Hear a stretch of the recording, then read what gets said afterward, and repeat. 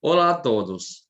Hoje vamos apresentar o trabalho de conclusão do curso intitulado Abordagem da Criança Sindrômica na Atenção Primária em Saúde. Meu nome é Victor Marcos da Silva Nascimento. Eu sou Cileivane Alves Nunes Magalhães. Nós somos acadêmicos do 7º período do curso de Medicina da FAESP e ESVAP. Nossa professora orientadora é a doutora Cristiane Melo Silva Montempo e o nosso professor co-orientador é o doutor Luan Kelvis Miranda de Souza. As síndromes genéticas são malformações morfológicas, tendo como causas alterações cromossômicas, como a trissomia do cromossomo 21, que afeta crianças com síndrome de Down, mutações genéticas ou teratógenos. Os defeitos genéticos manifestados podem ser isolados, como ocorre na podidactilia, acometendo somente o sistema, no caso, um dedo a mais. Ou defeitos múltiplos, que se manifesta como uma sequência, associação ou uma síndrome. A variação das síndromes genéticas é imensa, porém, podemos classificá-las segundo suas etiologias, como multifatorial, monogênica e cromossômica. A multifatorial possui interações genéticas e ambientais. A monogênica são alterações em genes específicos e a cromossômica são deficiências que podem aumentar, diminuir ou alterar o gene por inteiro, né? De acordo com os dados epidemiológicos fornecidos pelo Departamento de Informática do Sistema Único de Saúde, o DataSUS, no Brasil, as malformações congênitas são a segunda causa de mortalidade infantil. Durante toda a história do Brasil, teve políticas públicas que visam diminuir esses sintomas, essas dificuldades, dando uma qualidade de vida melhor ao indivíduo pediátrico, como, por exemplo, pré-natal, Sistema Nacional de Vacinações, amamentação, entre outros. Mas o Brasil ainda tem uma deficiência em políticas públicas que atendam as crianças com síndromes genéticas. Já no âmbito do Sistema Único de Saúde, o SUS, a equipe multidisciplinar enfrenta várias dificuldades na condição de crianças com síndromes genéticas, como, por exemplo, a quantidade inadequada de consultas especializadas disponíveis, a centralização dos serviços de referência em grandes centros urbanos, o que corrobora para as dificuldades de acesso aos serviços especializados, já que tem muitas comunidades ribeirinhas ou comunidades que têm difícil acesso, e num país de dimensões continentais como o nosso, é muito difícil essas pessoas terem esse acesso ou irem até centros urbanos em busca desses atendimentos. Há também dificuldades na referência e na contra-referência, e também há uma inexistência do cargo de médico geneticista no SUS. O médico geneticista é o médico onde ele tem uma especialização em ter um cuidado e um tratamento de crianças com síndromes genéticas. Só que, de acordo com o Ministério da Saúde, em 2015, havia apenas 250 médicos geneticistas em todo o país. E no país grande como o Brasil, os profissionais acabam se concentrando em instituições de pesquisa e universidades, ou então em serviços especializados dos grandes centros urbanos, como eu já falei anteriormente. O nosso objetivo geral é conhecer os principais desafios nos diagnósticos e nas condutas de crianças com síndromes genéticas na atenção primária à saúde. E os nossos objetivos específicos são identificar os principais desafios da atenção primária no atendimento de crianças sindrômicas, analisar a atuação mais adequada da equipe multiprofissional na condução dos pacientes pediátricos com síndromes genéticas e suas famílias, e descrever as ações básicas dos médicos para que o diagnóstico e o tratamento dos pacientes sindrômicos sejam breves e resolutivos.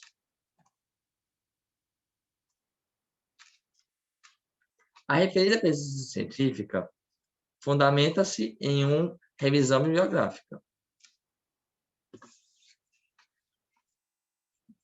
E, no entanto, é realizada com o intuito de avaliar os resultados dos artigos publicados para responder uma questão norteadora.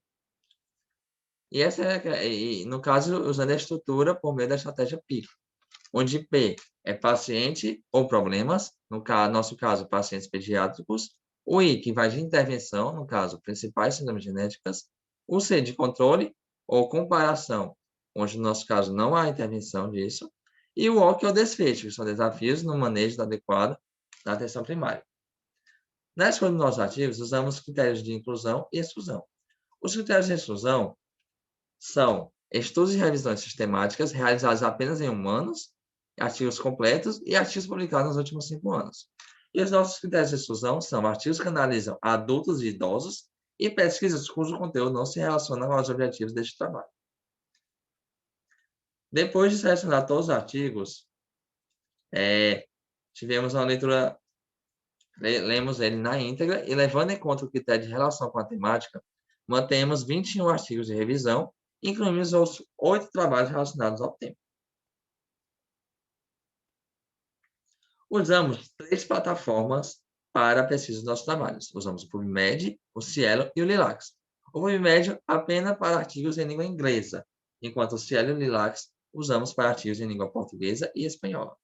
E usamos descritores, que são as palavras-chave síndromes genéticas, pediatria e diagnóstico. Essa pesquisa foi feita em abril de 2021 e, como podemos ver, foram selecionados 62 artigos PubMed e 3 da Cielo, totalizando 65 artigos científicos. Depois de uma análise de todos eles e de exclusão, acabamos fechando, como eu já falei anteriormente, mantendo 21 artigos científicos e mais 8 artigos relacionados ao tema.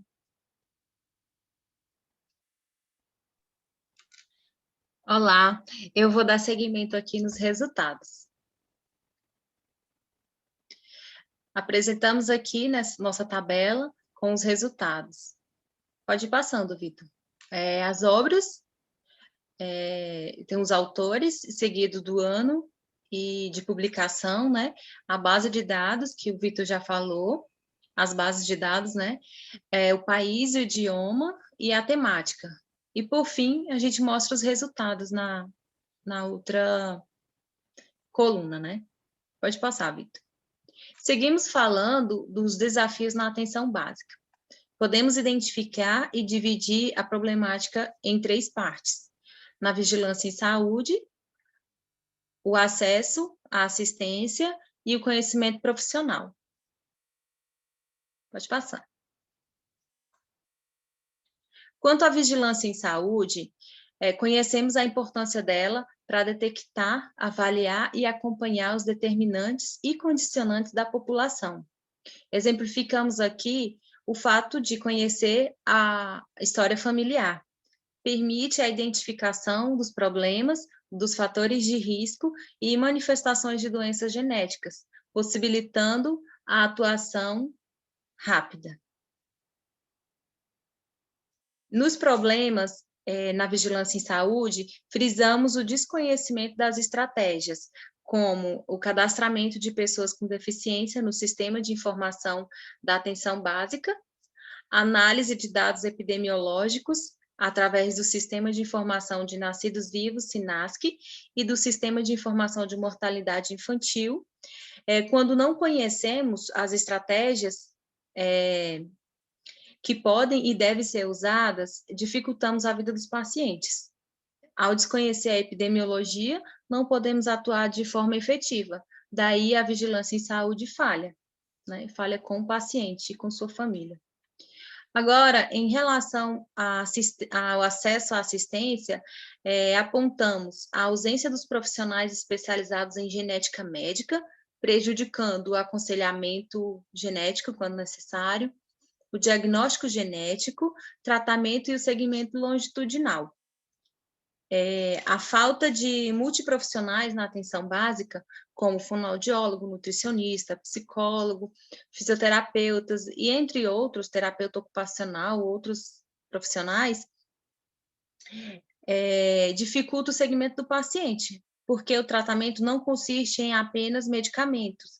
As terapias, elas são fundamentais para o bom prognóstico do paciente. Em nossos estudos, podemos ver que a ausência de formulários e protocolos, a insuficiência de recursos humanos, a falta de transporte para visitas domiciliares em locais de difícil acesso, deficiências estruturais e materiais da unidade básica de saúde, a própria sistematização para a condução dos pacientes sindrômicos prejudica não apenas o serviço, mais o diagnóstico e o tratamento e prognóstico daquele paciente, né?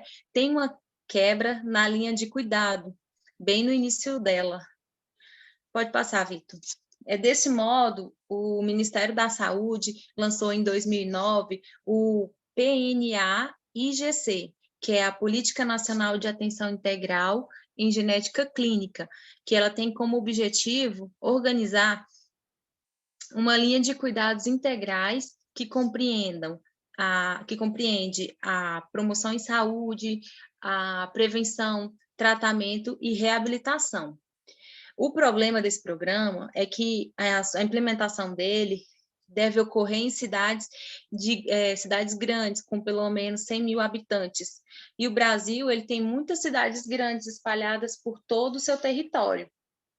Mas, aí tu pode passar, Vitor. Existe pouco geneticista no Brasil, como o Vitor já falou, né? Em média de 250, de acordo com os artigos que a gente leu, né?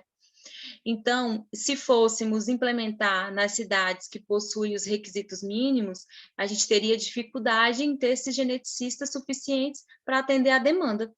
Além disso, os centros de genética médica está muito atrelado aos centros e hospitais universitários, devido aos custos elevados, né? Para a manutenção dos laboratórios e realização de exames muito caros. Isso tudo nos leva para o nosso próximo problema, né? Que é o conhecimento profissional. A maioria das universidades, elas dispõem de disciplinas de genética médica como optativa. Porém, tem algumas que nem isso fazem, né? Sabemos que teve mudança no currículo de medicina e muitas universidades não possuem mais essas disciplinas separadas, elas são integradas. Porém, mesmo assim, tem a falha do ensino na genética médica, não havendo estímulo pela área, e aí poucos alunos cogitam a possibilidade de se especializar nela. Uma possibilidade que podemos enxergar é a questão do tripé ensino, pesquisa e extensão. A oferta de serviços de genética médica pela universidade seria uma forma de juntar o útil ao agradável, visto que o paciente ele necessita do atendimento, o acadêmico necessita do conhecimento e o centro universitário cresceria com suas pesquisas. Frente a uma epidemiologia de 7% da população mundial com síndrome genética, seria oportuno a oferta deste serviço nos ambulatórios universitários. Um outro problema que nos chamou a atenção foi a falta de capacitação médica. Veja só, o problema na graduação, já não tenho aquele acesso, né? Aí, o trabalho sem capacitação médica. Não tem como atuar de forma efetiva nos cuidados do paciente. Então, um estudo feito em Angra dos Reis demonstrou que 60% dos profissionais de saúde, eles tinham recebido pouca ou nenhuma capacitação acerca de malformações congênitas. Aqui vemos também a falta de estímulo pela busca de novos tratamentos e novas síndromes. Frequentemente estão sendo descobertas novas síndromes. Então, por isso, há a necessidade de estar sempre atualizado. Se atualizando, né? Além disso, é importante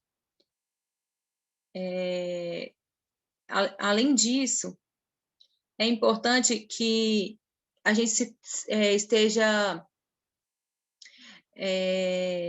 atualizado, porque o nosso paciente ele necessita do nosso conhecimento, né?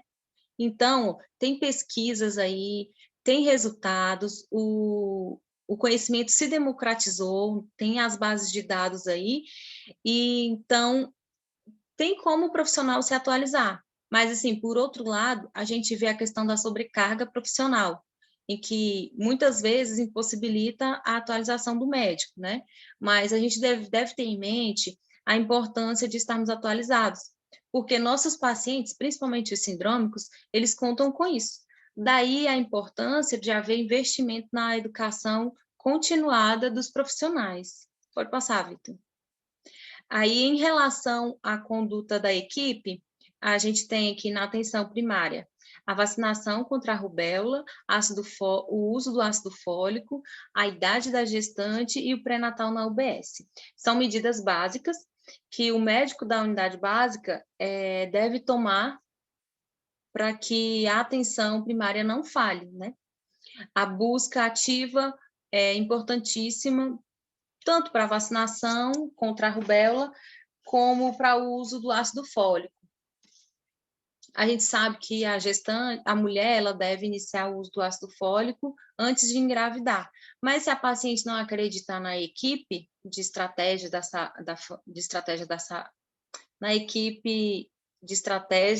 da saúde da família, ela não vai buscar ajuda. Então, aqui entra a importância do vínculo do médico-paciente, da equipe-paciente, da mesma forma em relação à idade da paciente e o pré-natal. Pode passar, Vitor. Na prevenção secundária, a gente tem o Programa Nacional de Triagem Neonatal, né? Aqui cabe ao médico e à equipe fazer com que a paciente, a mãe, a gestante, entenda a importância de fazer o teste do pezinho. Nem todas fazem, e outras fazem, mas não recebem. Precisamos estar atentos a isso em relação ao teste do pezinho, né? Quando a gente estava escrevendo esse trabalho, a CNN divulgou, a gente viu a notícia que o presidente ele sancionou o novo teste do pezinho, né? Que detectava 6 doenças e passou a ser ampliado agora para aproximadamente 50, né? 50 doenças, né? E isso é uma notícia muito boa, visto que vai ajudar justamente em locais em que não possui serviço de geneticista, né? E o teste, como é feito bem no início da vida da criança, tem a possibilidade da gente fazer uma intervenção precoce. O preenchimento do cartão adequado da criança, né? A gente precisa estar atento para o preenchimento adequado desse cartão, visto que o cartão ele é rico em informações, quando preenchido adequadamente, como o desenvolvimento neuropsicomotor, o crescimento da criança, as vacinações dela. Também devemos, além de preencher adequadamente, observar se está dentro dos padrões, né? Na consulta, sempre questionar como está o desenvolvimento da criança na escola. São medidas simples, mas que podem nos acender para uma possível alteração, né? Quando a mãe relata, né? Às vezes você não pergunta, ela não vai relatar, né? A educação em saúde, ela pode transformar o prognóstico de uma criança, além de reduzir os gastos no SUS e da família, reduzir o estresse familiar na busca pelo diagnóstico. Mais uma vez, as medidas citadas aqui, como simples, são informações que podem mudar tudo na vida do paciente. Recentemente, tivemos um surto de Zika vírus, crianças nascendo com microcefalia.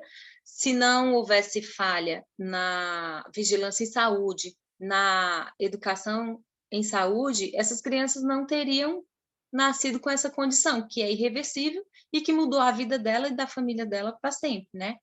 Pais que deixaram de trabalhar para dedicar o cuidado integral, a sobrecarga do INSS, o estresse familiar, na busca pelo diagnóstico, gastos do SUS, né? E tudo por falta de educação em saúde, as falhas na vigilância em saúde. Então, são medidas simples e que mudam o rumo de uma vida e de uma família. Medidas antecipatórias das síndromes. Aqui, a gente tem um paciente já diagnosticado. Então, para trás falhou. Não sei quem falhou, como falhou, mas ele já está com o diagnóstico, né? Tem coisas que não tem como ser evitadas, né? Precisamos conhecer muito bem a síndrome, né? No caso, você tem o paciente ali na UBS e você já conhece a síndrome dele, ele já tem um diagnóstico. Então, você precisa conhecer aquela síndrome para que você possa atuar de forma em que não haja agravo, né? Por exemplo, se eu sei que o paciente que tem síndrome de Down, ele evolui com problemas cardíacos, eu preciso vê-lo anualmente, fazer o check-up, para que aquela síndrome não leve para ele agravos, né. Então, eu como médico da atenção primária em saúde, preciso antecipar qualquer agravo que aquela síndrome possa ter para aquele paciente. Outra coisa é a atualização profissional. Precisamos estar atento aos artigos que são publicados, boletins que são também publicados pelo Ministério da Saúde, novas drogas. A gente precisa melhorar para o nosso paciente. O cuidado integral na busca ativa e na resolubilidade. A gente precisa ser resolutivo. Pode passar, Vitor. Agora, na conclusão, a gente conseguiu identificar uma fragilidade na atenção primária na saúde das crianças com síndromes genéticas. Para amenizar este problema e suas consequências, é indispensável o treinamento da equipe multiprofissional, como a educação continuada, o estímulo pela busca constante de novos tratamentos, reconhecimento de novas síndromes, a inserção ampliada da genética médica nas escolas médicas, né, na graduação médica, o preenchimento adequado da caderneta da criança, utilizar corretamente a caderneta, as orientações adequadas à gestante, educação em saúde e o que necessitar. Portanto, há necessidade de mais estudos da genética médica sobre a perspectiva na atenção primária em saúde. E aqui a gente finaliza com essa frase: há verdadeiramente duas coisas diferentes, saber e crer que se sabe. A ciência consiste em saber. Em crer que se sabe, reside a ignorância. Essa frase é de Hipócrates. Pode passar, Vitor. E a gente agradece a todos os professores que contribuíram com o nosso trabalho, né? De qualquer forma, contribuíram. Muito obrigado a todos e nos colocamos à disposição da banca.